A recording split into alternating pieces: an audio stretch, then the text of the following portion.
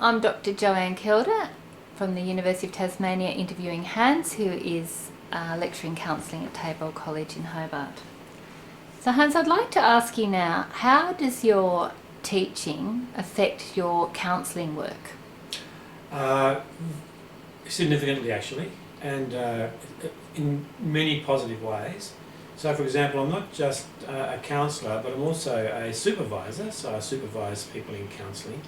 And I'm also part of the Professional Counsel Association. I was part of the ethics side of that.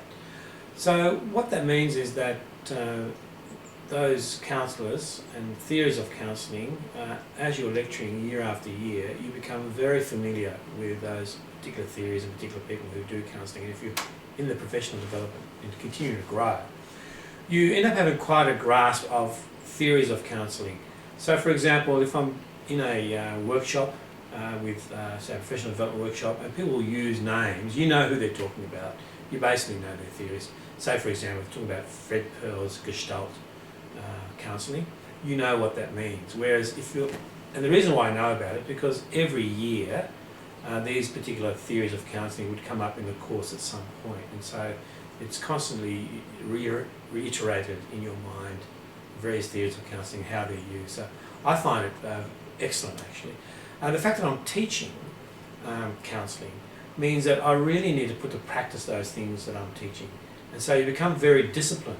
Because you become disciplined in your teaching and you're telling students that you really can't make this stuff up as you go along. If you're going to say something, there needs to be a theory behind it. So I'm constantly aware of the fact that I need to put that into practice in my own counselling. So you're disciplined in your teaching, you're disciplining students in theories to make sure that they're doing it correctly, and you end up doing it yourself. So it has a very positive outcome in my counselling practice and in my broader counselling work, being part of Professional Counsel Association. And also, at some point I end up developing my own theory of counselling, because I'm aware that there's different theories out there. You can't use other people's. And so at some point you can actually develop your own. So I've, for example, developed my own positive effect relationship model, which I use, and that comes not only from the reading that I've done and the practice that I've done in my own counselling, but also from the teaching that I've done with students. So really, if you're lecturing and you're teaching, you are learning a great deal yourself. So I really appreciate that side of it, actually. And can you explain or describe how you use theory in your teaching? Well, there's various theories of counselling. So, there are three ways that we work. There's a thinking side of the person, there's the behaviour side, so what you're doing, what you're saying, and there's the emotional side. So I'm actually constantly aware of those three things also when I'm teaching. So I'm picking up on students' behaviours, picking up on students' feelings, emotions.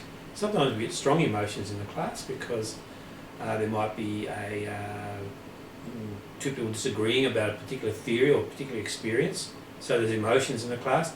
And there's thinking, of course, so people are thinking things through and you're sort of challenging. So I actually use my theories of counselling in teaching, where are those three aspects.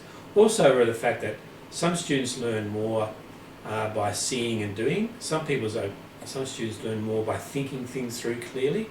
They need to have the cognitive thing, the academic thing. They really enjoy the reading the theories and find that the experiential, practical side of things is not really for them. They prefer to do that in another way. So I'm aware that different students have different needs, and so you try and combine it all together, actually, to be fair to the whole class. So I'm aware of that, different ways that students learn. Thank you.